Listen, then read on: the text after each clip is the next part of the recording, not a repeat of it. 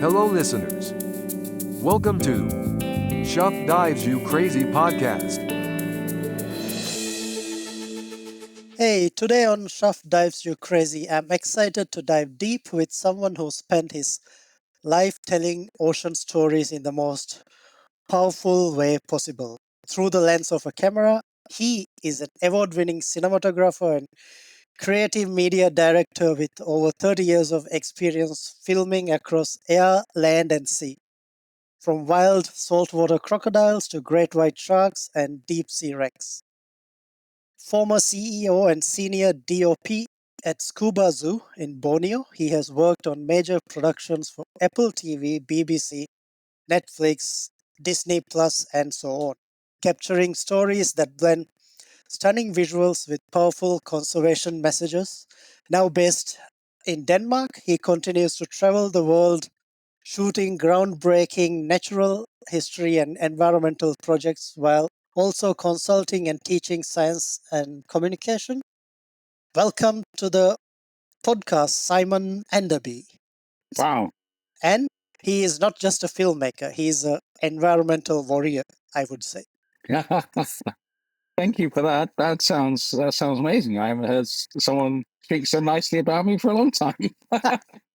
I've known you for a long time, so I know. It's looking at us both with our grey beards, and yeah, time's ticking by. Obviously, age is just a number.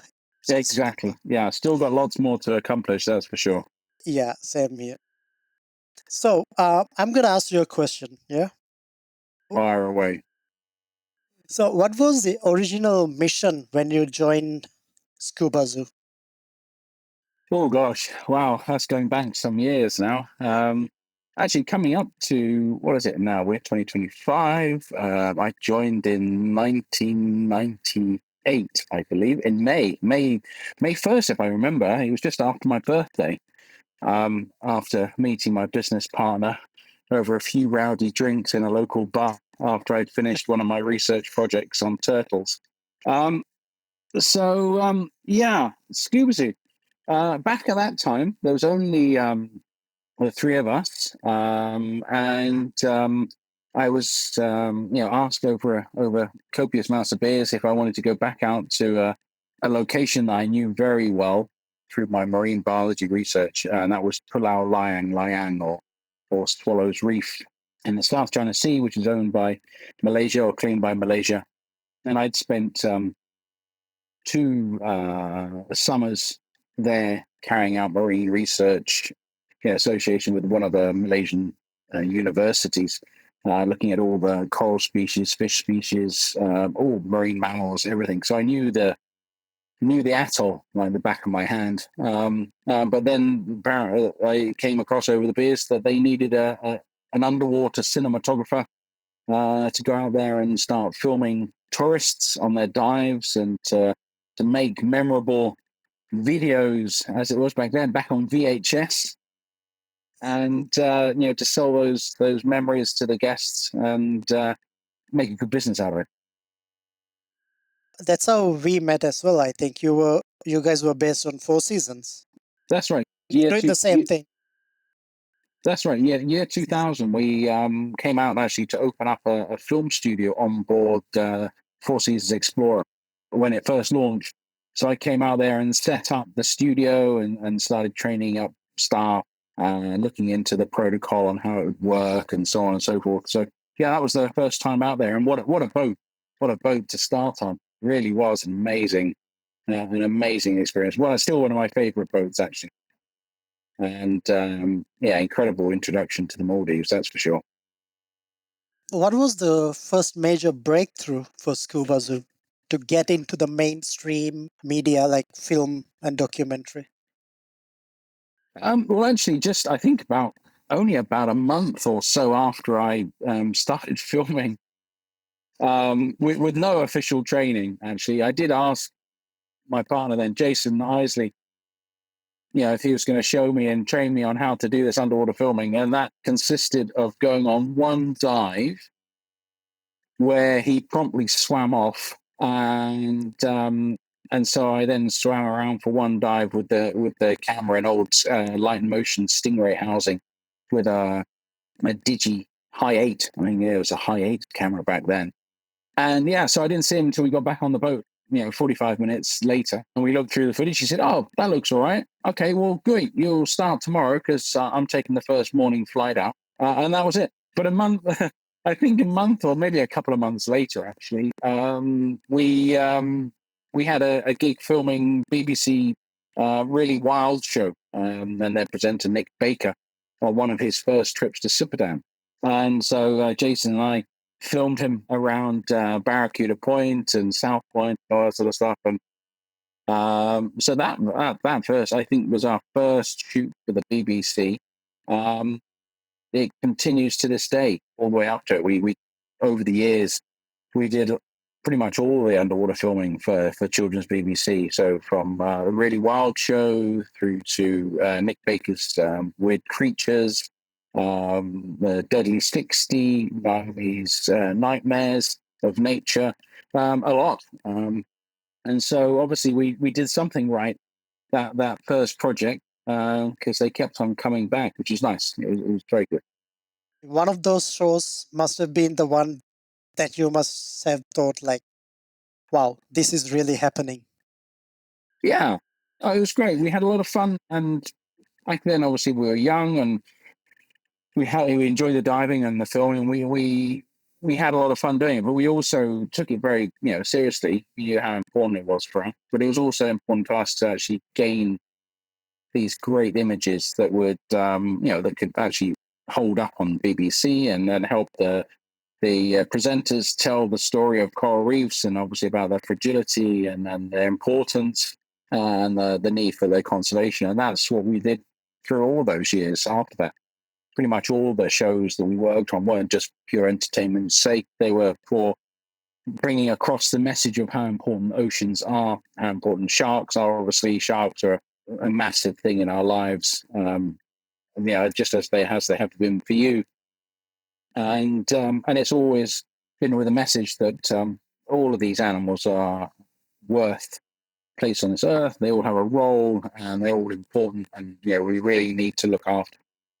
And that's by using good media and film methods and photography as well.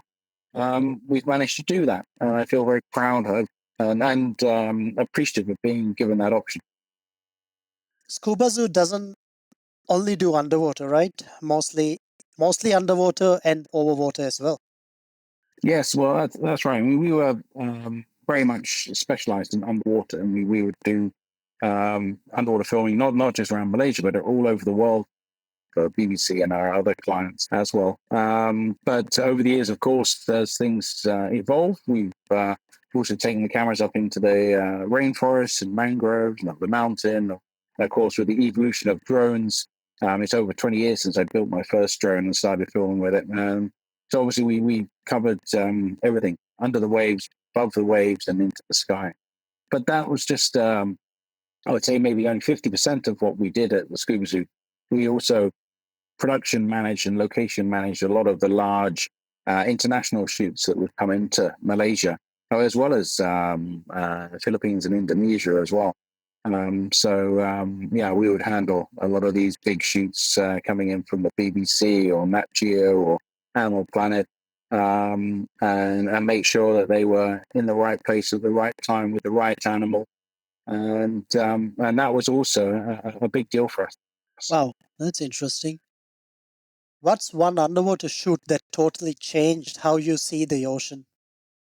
Gosh, that's difficult. That's a really difficult question, actually, because I think, I appreciate every single shoot. And people would say, how can you dive the same place, either on Lang Lang or Sipadan, for the 100th time? How can you not be bored or anything like that? And it can't be, because every dive, even if it's in the same location, is different. There's always something different going on there. There's always some different environmental conditions or behavior from the animals. But because I've been doing all this marine research through Southeast Asia before joining Scuba, I'd actually seen a great deal. And in fact, one of my research studies was looking into dynamite fishing and cyanide fishing. And we came up with the first ever grading system for dynamite bomb fishing damage around Southeast Asia. So I think actually where we are actively going out looking for dynamite fishermen and assessing damage, actually being threatened by them as well, having bombs thrown at us and all sorts of stuff. I think those are probably the most impactful in that sense. But over the years, I've done a lot of environmental shoots where I've filmed plastic pollution or ocean acidification. Work with scientists a great deal, and that's also where a great deal of my passion lies. Is actually helping scientists translate their sometimes difficult to understand issues and bring them down into layman's terms and help transfer that to a visual messaging, so the public can understand what's going on in the world and try and make it relevant to them. I think that's probably the most meaningful work that I've been able to do. So I've seen a lot of changes all the way from Malaysia even to the Maldives about the global warming, the coral bleaching and stuff. Yeah, I have, unfortunately. And what gets me as well, I still give talks and presentations around the world, to universities and to business clubs and Rotary and I still say, don't think that this sort of issues with ocean pollution and stuff is a Southeast Asian problem. Everyone thinks it's just plastic from Southeast Asia, but it's not. It's everywhere around the world now. I don't think there's anywhere you can go around the world and not see some kind of human pollution. And so, it's here. It's in Europe. It's across in the Americas, Australia. There is nowhere now that's untouched, unfortunately, to a certain extent. So I have seen firsthand the evidence of man-made destruction and pollution. Obviously, global warming, which has been exacerbated by man's activities, is taking a great deal of toll, like it has in the Maldives with the coral bleaching and so on. I mean, it really has impacted the corals there in a big way. But the same goes for lots of places. In Great Barrier Reef also. Luckily for Malaysia, a lot of the coral bleaching events have recovered, and that's the nice thing to see is that even after a hard-hitting bleach, these corals can rebound and can regain their symbiotic algae and regain color and carry on living. So maybe there is hope in that some of these species are more resilient than we thought. You're right about that because I've seen a lot of places in the Maldives fully damaged, and after about 6 months, again, it's back to life. Must be the currents that are helping them pick up. Yes. Yeah, if they have access to cold water upwelling currents, then that helps a great deal. Obviously, that brings the temperatures down, but it also then brings in nutrients and fresh algae and all that sort of stuff as well. So that's the best thing. I think it's these stagnating shallow lagoons or shallow harbor areas, coastal areas that get hard hit.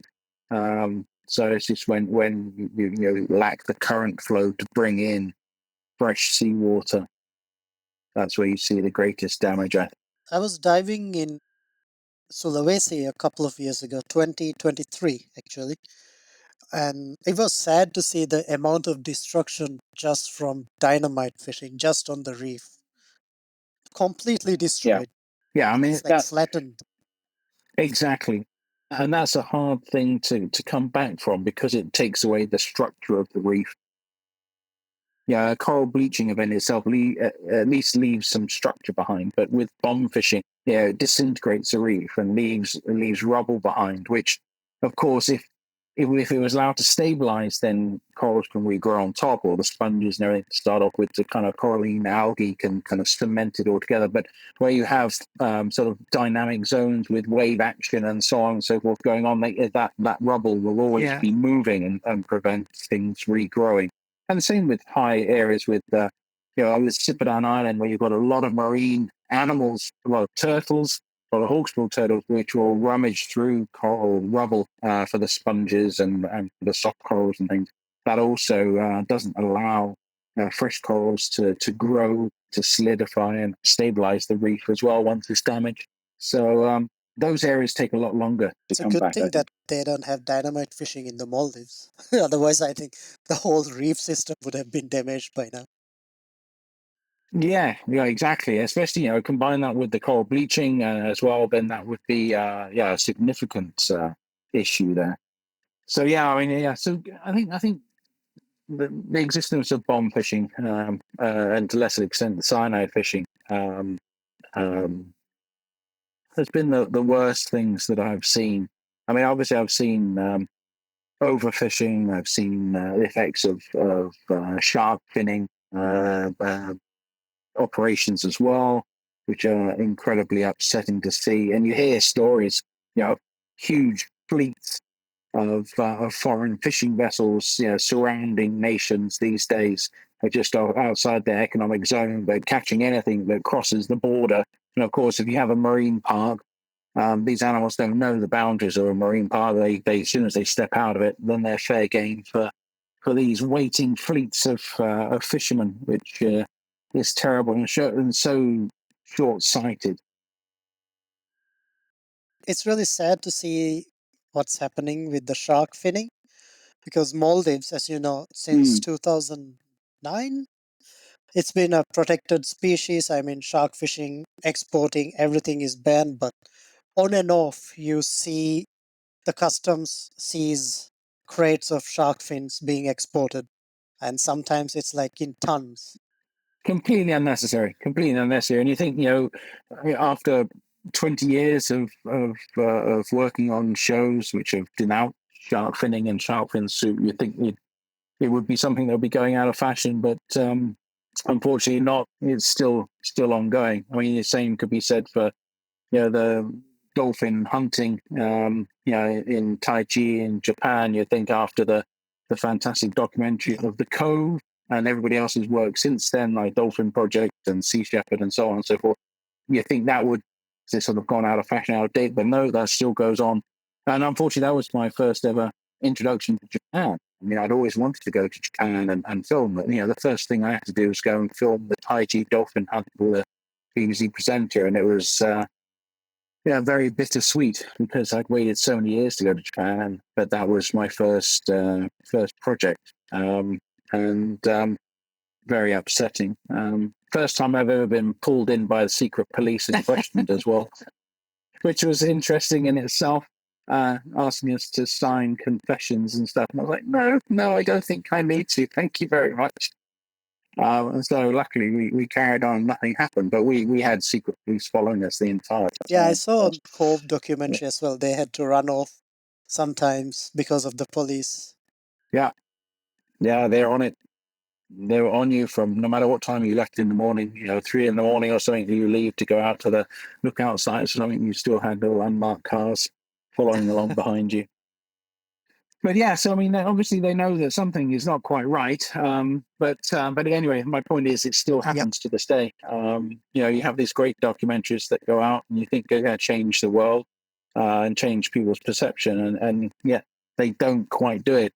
The same one was when I worked on a documentary called Acid Ocean, which showed through science with the Museum of Western Australia how the oceans will be by 2025 and onwards, 2050 latest, was how the acidity levels would rise up because of the amount of carbon dioxide that the oceans had absorbed from the atmosphere, to the point where corals can't form because the calcium carbonate of the coral skeletons was dissolving. The same with the crustaceans. Anything that needed calcium to form a shell or a skeleton can't be formed. And so we dived these areas in Papua New Guinea where you have these volcanic vents coming up through the sea floor, releasing carbon dioxide, and they were just deserts around because the acidity of the water. But this documentary was launched at one of the COP meetings, and we all had high hopes that it was going to change policy. But it came and it went, and nothing happened, and here we are, all those years later, and surpassing the temperature increase barrier of 1.5 degrees, and we're still rising. So I don't know what it will take. Yeah, To be me honest. neither. You mentioned, going back to something you said, you mentioned that you had dynamites being thrown at you. Was it a close Yes. call? This is back in our sort of gung ho days of going out, myself and the other marine researchers, and we lived on a boat for months, going around the coast of Malaysia, actively looking for dynamite fishermen and looking for dynamite damage and looking and assessing the fish that had been left or sunken. It's almost something like 75% of the fish, have their swim bladders, blown out, and so they don't Yeah. float; they sink. And so a lot of the fish would end up on the seabed.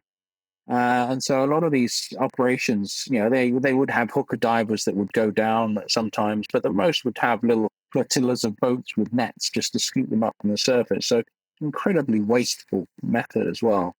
But yeah, there were plenty that didn't like us being around. And so these sort of makeshift explosive bottles filled with diesel and fertilizer and little detonator cap would often be thrown in our direction, to the point where we would have to leave because of safety. So it's incredible boom and pinch to the body as the shockwave Yeah. comes through. That's for sure. I'm sure you've experienced something similar with Yeah. your military Yeah. training. I've had a few close calls during trainings in India with the Naval Marine Commandos. Yeah, It was pretty, yeah, yeah, yeah, yeah. It's not pleasant. it's a bit scary. Yes, yes. Unfortunately, I mean, there have been cases of people being killed by dynamite fishing as well. Not just the fishermen that are doing it losing arms. I remember filming and interviewing an ex-bomb fisherman who'd lost his arm as the bottle had exploded in his boat. But there have been accounts where they've killed divers by bombing reefs where they didn't know that divers were. And so, yeah, I mean, anything with the word bomb in generally is not good. During the trainings in India, we were doing mine clearing training. We were just diffusing mines, learning how to blow it up. So I placed the explosive to detonate the mine. It was almost a mile away from the shore. The timer was set, came back, and our instructors told not to even have our feet in the water. One of the trainees, one Indian guy, walked off to the beach area and on the shoreline where the waves were breaking and just stayed ankle deep. The explosion happened and then he suddenly fell. Both the ankles were like fractured completely because of the shockwave. Oh, That was a mile away. wow. Yeah. Wow. My goodness. Pretty That's dangerous to be in the water when explosions are going. yeah. Yeah. Definitely. Yeah. I mean, again, this comes down to the point where actually most of the dangerous part of being in the ocean is from human behavior rather than the actual animals themselves. Yeah, I'm still after thousands and thousands of dives and thousands of hours underwater. I'm still lucky to say that I haven't had any horrendous instances with marine life or anything that's put me in danger. Because I think in general it just wants to get on with its day. It's not interested Yeah, in to coming to attack you. true. But of course, those instances still can occur around the world, but usually through accident. In low visibility areas where shark attacks happen, or obviously probably more through highly venomous jellyfish stings as well. Those ones are just very unlucky. Wrong place, wrong time. Since you've been doing a lot of conservation films and documentaries and stuff, how do you approach conservation storytelling, especially when the Mm. reality is harsh?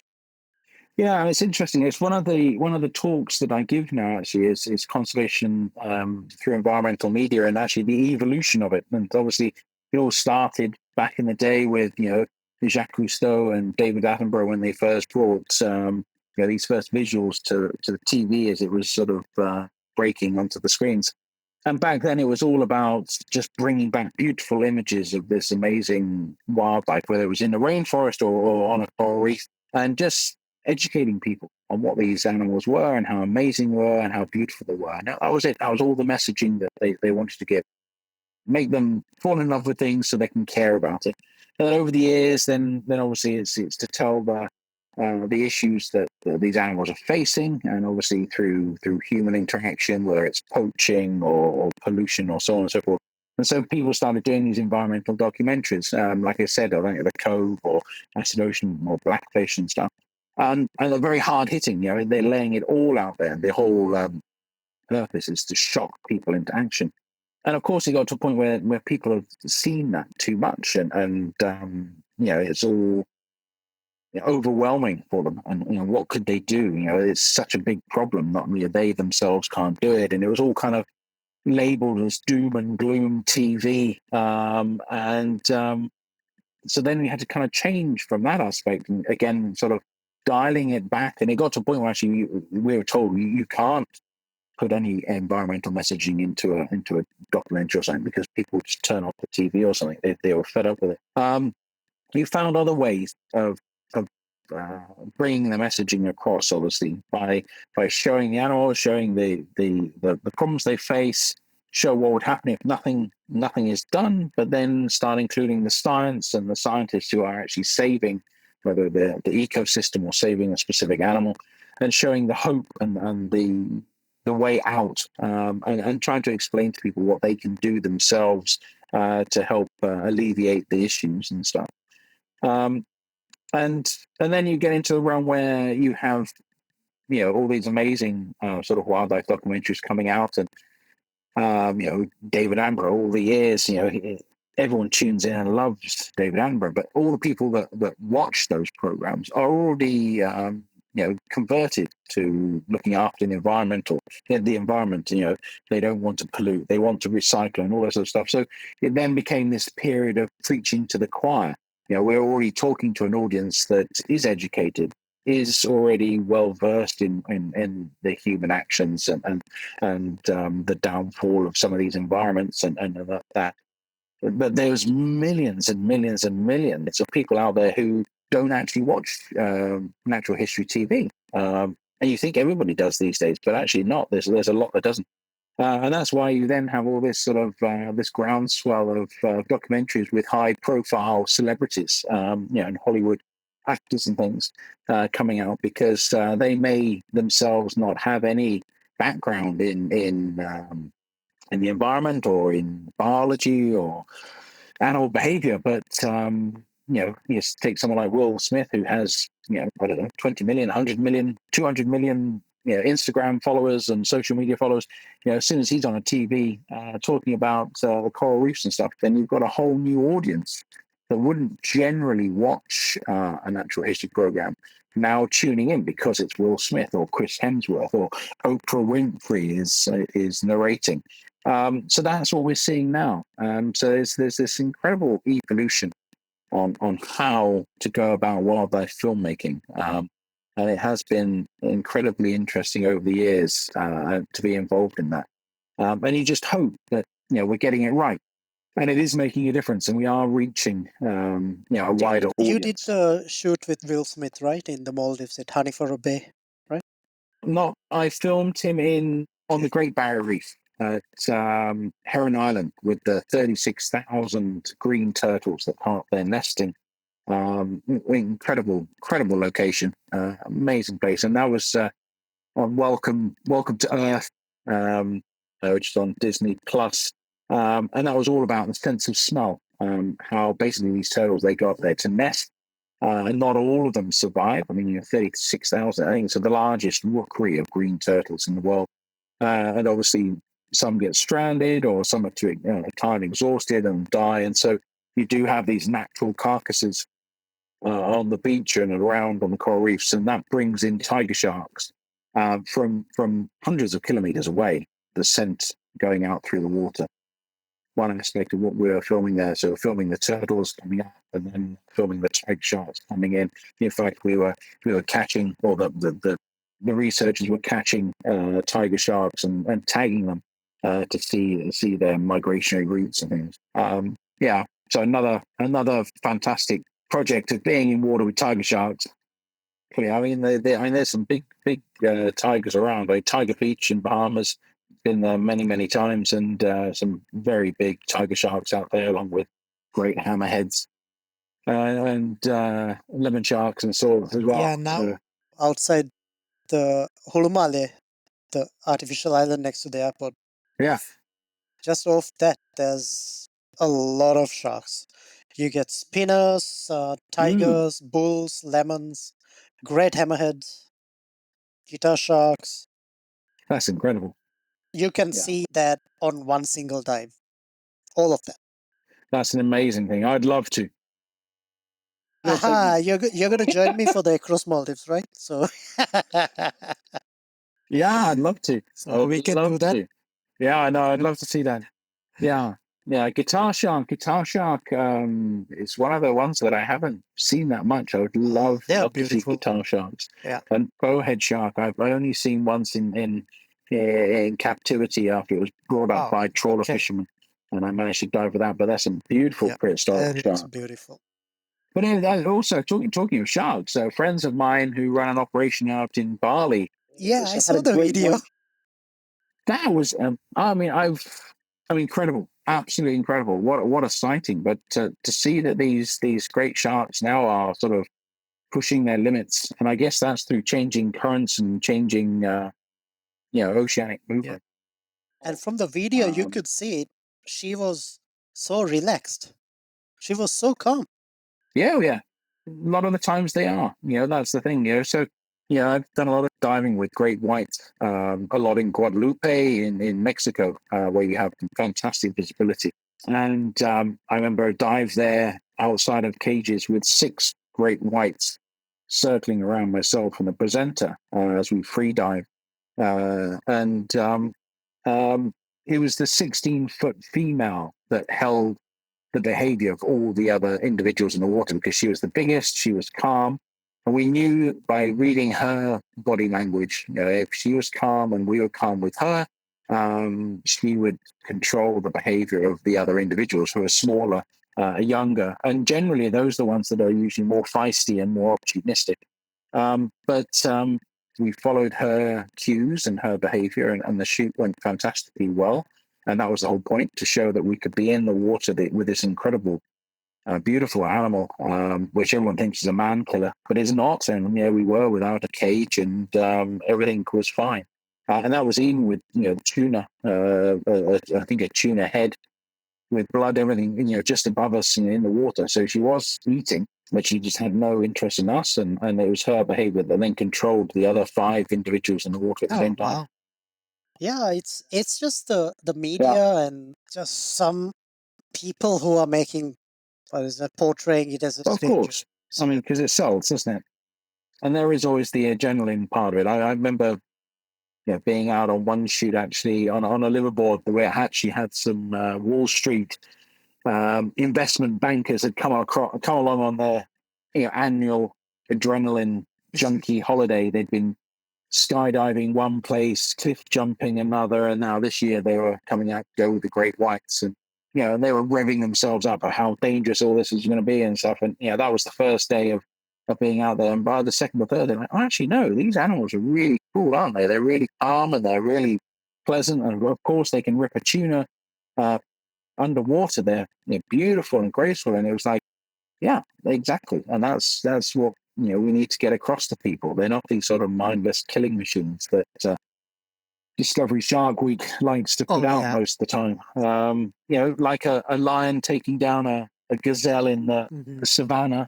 The thought of a great white, chomping through a surf zone or something. It sells news and sells bums on seats when it comes to TV, I guess. True. That's how it just portrayed wrong. That's the thing. I think now it's more a lot to do with social media posts as well. People are respecting them more and trying to protect them instead of creating this false narrative. Yes, well, I think obviously news is instant these days, isn't it? You can it's going to get to the point where you can post a picture from underwater. It's not quite, but you can do it as soon as you get out of the water. So it's pretty much instant. But I think a lot of governments, obviously tourism boards around the world now, have really seen the value of shark diving. And it's not just shark diving, whether it's also with manta rays or turtles, or just having a beautiful coral reef, and macro diving and stuff. There's hundreds of millions of dollars of tourism dollars there, to be tapped into, the so-called blue economy. And I think people are waking up to that now and realizing how important that can be for their countries, which is fantastic. There's one point I wanted to make. Actually, I was thinking about it.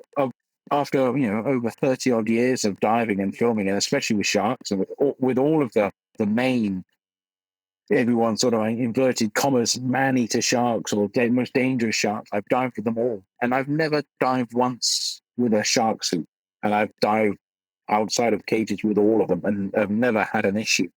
And I've been close, and I've been very, very much at the front end of great whites and tigers and bulls and lemons and oceanic white tips, all of these sort of so-called these dangerous sharks, but I've never had an issue.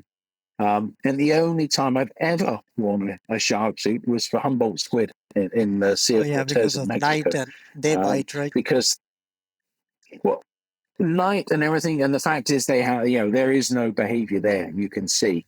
Like I say, I was saying earlier on how you can tell the behavior of shark by looking at it, looking at its body language.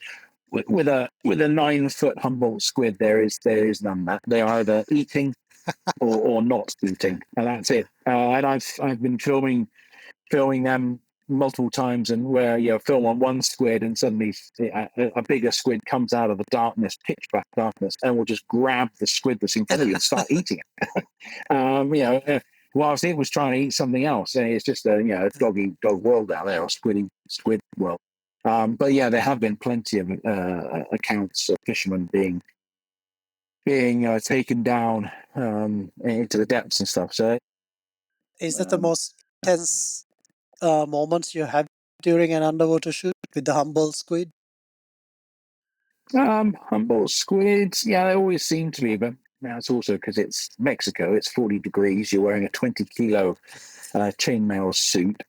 You're boiling before you even hit the water, and then you're jumping in the water at 10 o'clock or midnight, often in a raging current, whilst being attached by a steel hawser to the boat, so you don't you don't drift away, or you don't get dragged down. So they're pretty intense dives anyway.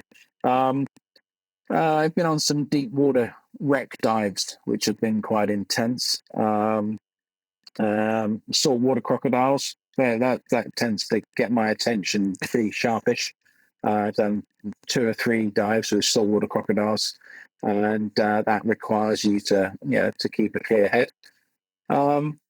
So I don't know. I mean, that's some of those. I was thinking actually of the strong current dives in the Maldives, coming out from the lagoons to the outflow on a receding tide. Those washing machine dives, we called them back then. Those were pretty intense, and you had to have your wits about you. I love those dives. But I'm still here. Yeah, I'm still here to tell the tales anyway. There are a lot of young underwater filmmakers or divers who are getting into filmmaking and photography underwater in the Maldives right now. What's your real world advice to these guys who want to get into this? Dive, and dive. I mean, I've trained quite a few Maldivians through 4 Seasons and some of the other resorts as well on how to film and stuff. And of course, first of all, is passion. You have to have the passion.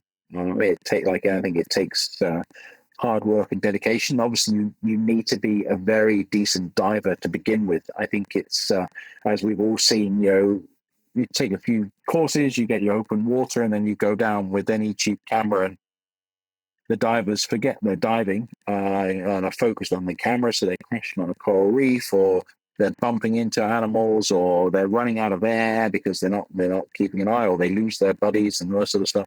So first thing is to get the experience under your belt, so the diving becomes second nature, and that's so you're not a danger to yourself, but also to the environment. Obviously, there's a multitude of camera options these days, whether it's still photography or video. So many that I can't keep up with, to be honest. And there's so many new versions always coming out.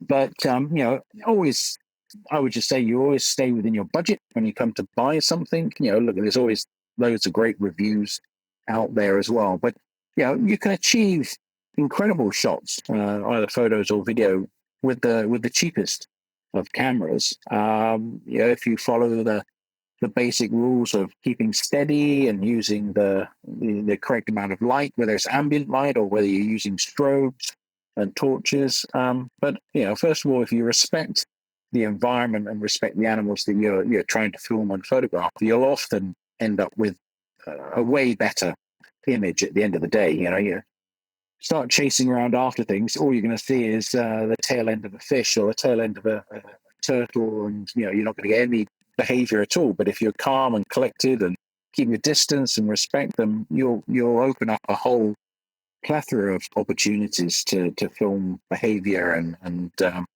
get those golden shots.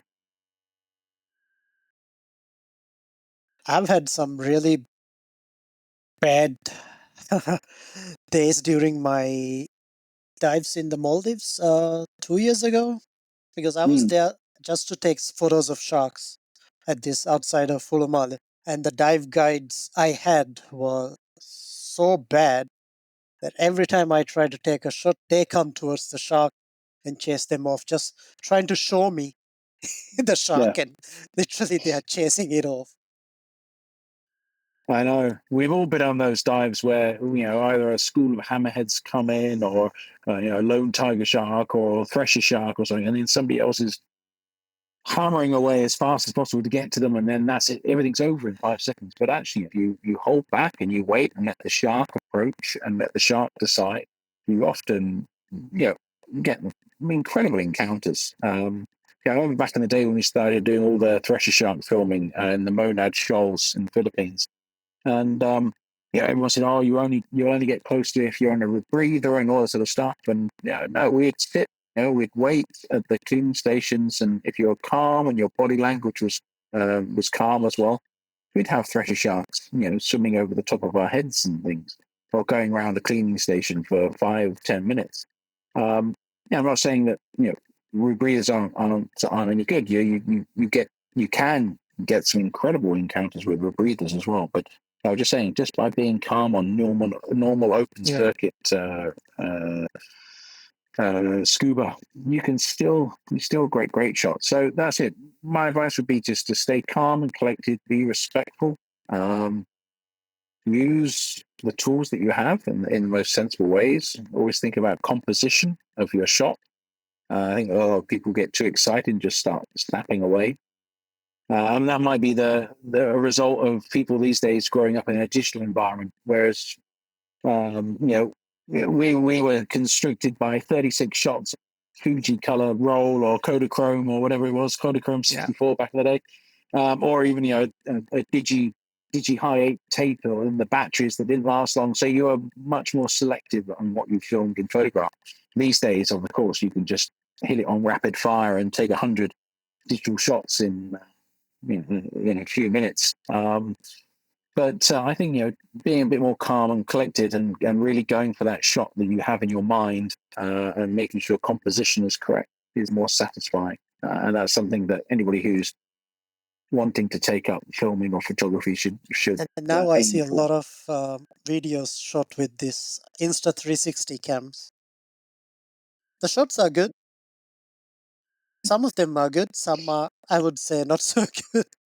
Yeah, well, that's the same with anything with these things. I mean, they're great cameras and they have great applications. I was actually talking to a professor at the university here recently about how fantastic I think VR is, and it's a great way of bringing viewers in an immersive way. But of course, it's how you put it together and how you film to tell that story or make the product that you want the viewers to experience. And of course, with 360s, you've got to be up close to your subject. And again, so there's a balance there of not being too close where you overstep the personal space of a creature and making it just flee. but also constructing it in a way where it looks great in the final image. But yeah, I mean, a 360 camera now, no matter where you point it, you've got something, haven't you? So you can't really go wrong.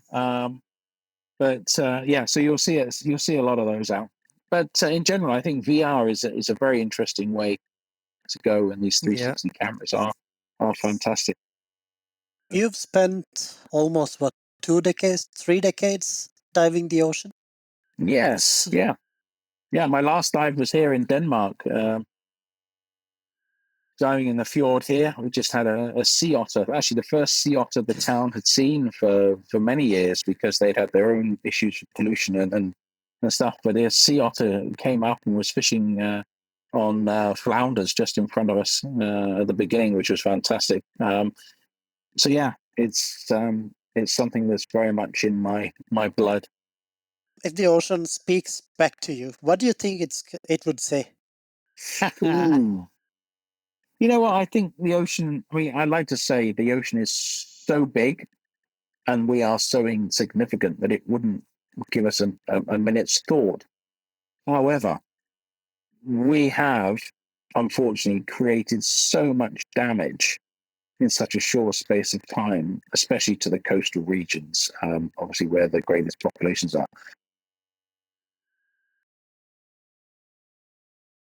I think it'd be disgusted at us, to be honest. I mean, we've just used it as a toilet, as a rubbish dump, as a refuse site, out of sight, out of mind for so long now. Yeah, I think if it had a voice, it'd be disgusted and really wouldn't have anything decent to say to us at all. Yeah, I think the same as well. I don't think it would have a very nice thing to say about us. No, which is a sad thing. I mean, I don't want to bring this down. I know, it's a reality. It's how it's gonna be. What I do firmly believe, though, and this is why I'm very much an advocate for sort of science communication and working with scientists and trying to translate their often technical work into simplified and layman's terms, which is why I love working with scientists, filming their work, and then bringing that across to the TV screens, bringing it into schools or bringing it into just the public at large, but also to the policymakers. To show what incredible work there is going on out there. And you should be whichever nation it's happening in, that they should be proud that it's happening on their doorstep. But I still think there's a long way to go between this amount of awareness. They're seeing the funding for natural history filmmaking seems to be going down. Sort of funding for children's educational TV seems to be going down. And I think that's because of this sort of new fashion of streaming TV, but also the amount of stuff you can just get free from, whether it's through Facebook or through YouTube or Instagram or TikTok, or whatever. It's just diluting the sort of the ways that we can reach our audience these days. There's just too much out there. And unfortunately, there's too much noise, and a lot of it, 90% of it's not worth the airtime that it has. But I think there's a challenge there to work out how the next step in the evolution of natural history filmmaking is going to be. Do you think that the politicians really listen to us, like as conservationists, when we are trying to make a change, give something positive and all that? Do they ever listen? I would hope so. I mean, of course, we have to think so, because otherwise, what else would you do? But unfortunately, I think at this day and age, right now, there's too many other much more concerning issues at hand, whether it's wars, or whether it's trade, tariffs, and all of these things that are going on, which, and of course, take their attention away from other things. And whether it's pulling of funding, just the pulling of the overseas US aid funding. I know a lot of scientists that have lost their funding for their environmental work and the programs, and certainly all these endangered animals which were being studied and being protected. All that funding's gone. Unfortunately, I think we're at a time where scientists are finding it very hard to be heard, and policymakers have got other things on their minds than the environment. We've seen that with the sort of the collapse of agreements, the Paris Agreement and COP agreements. It just doesn't seem to be a priority anymore. Right. And also, I recently heard that they're opening up some areas in the Pacific for fishing, which were supposed to be protected. Yeah, well, I mean, to be honest, they were probably being fished anyway. That's the thing, is you just, it's the oceans are so vast.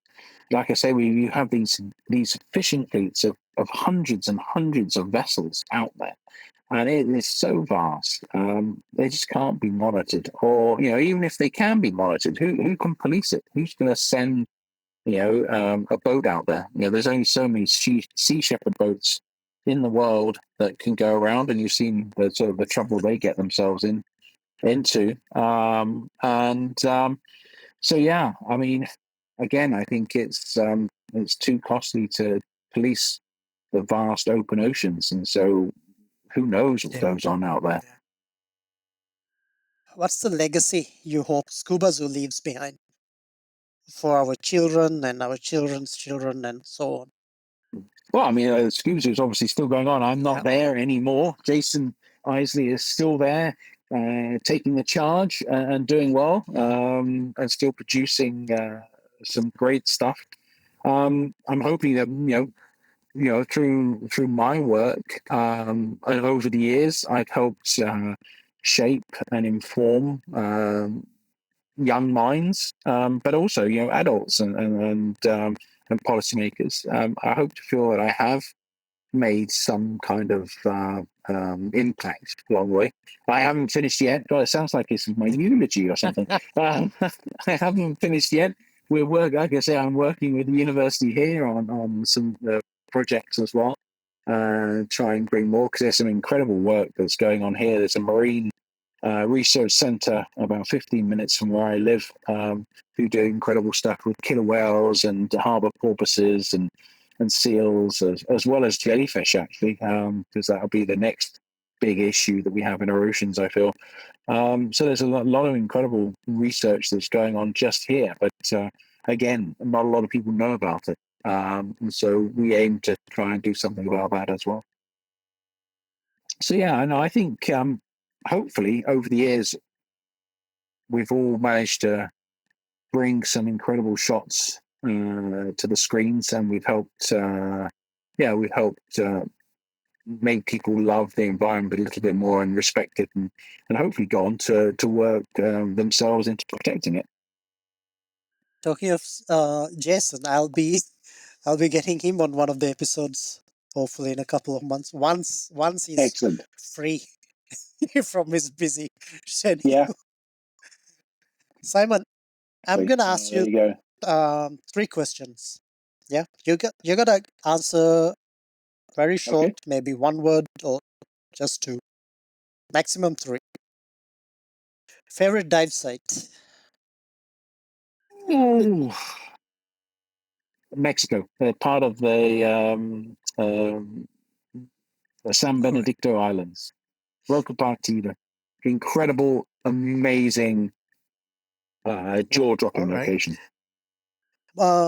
Most unexpected marine creature you've ever seen? I don't know. I mean, saltwater crocodile, but I was expecting it. But when it swam through my legs, I wasn't expecting that. No, pretty much. I mean, everything's been expected. Yeah. The dream documentary location or species you still want to capture or shoot? Antarctica, leopard Why is seals. Yeah. And I would love to. I mean, it actually comes from Britain's or England's greatest whaling family. The Enderbys had many ships that went down to Antarctica, and there's a large chunk of Antarctica which is called Enderby Land, next to Queen Maud Land. And I would very much love to go down to Antarctica as a modern day marine biologist and underwater cameraman and film the environment there, but as well as tell the history of my ancestors going down. But I've always wanted to get in the water with a leopard seal and film. I think they're incredibly graceful animals, intelligent, highly intelligent animals. But that whole scenery down there would be mind blowing as well, right? Well, they can be. They can be. I actually what made me change my university degree to marine zoology was a stint after I worked with British Antarctic Survey in Cambridge. Unfortunately, the summer after I was working there, one of their researchers was attacked by a leopard seal down on one of the research sites. So they're big animals as well. They're very big. They're very agile and very powerful. But it's a rare thing. I mean, they prefer penguins, obviously, but still, I would love to see them. I would love to film down there. So yeah, Antarctica, leopard seals. Clear answer. Thank you so much for sharing your incredible journey and insights today. My pleasure. It's clear that your passion for the ocean and its preservation is only meshed by your talent in capturing its beauty. As divers, we all have a part to play in protecting our planet's most precious resource, the ocean. And to everyone listening, remember that it's not just about what we see, but what we choose to protect. Until next time, dive deep, stay curious, and keep diving till someone drives you crazy. Thank you so much, Simon. My pleasure. My pleasure.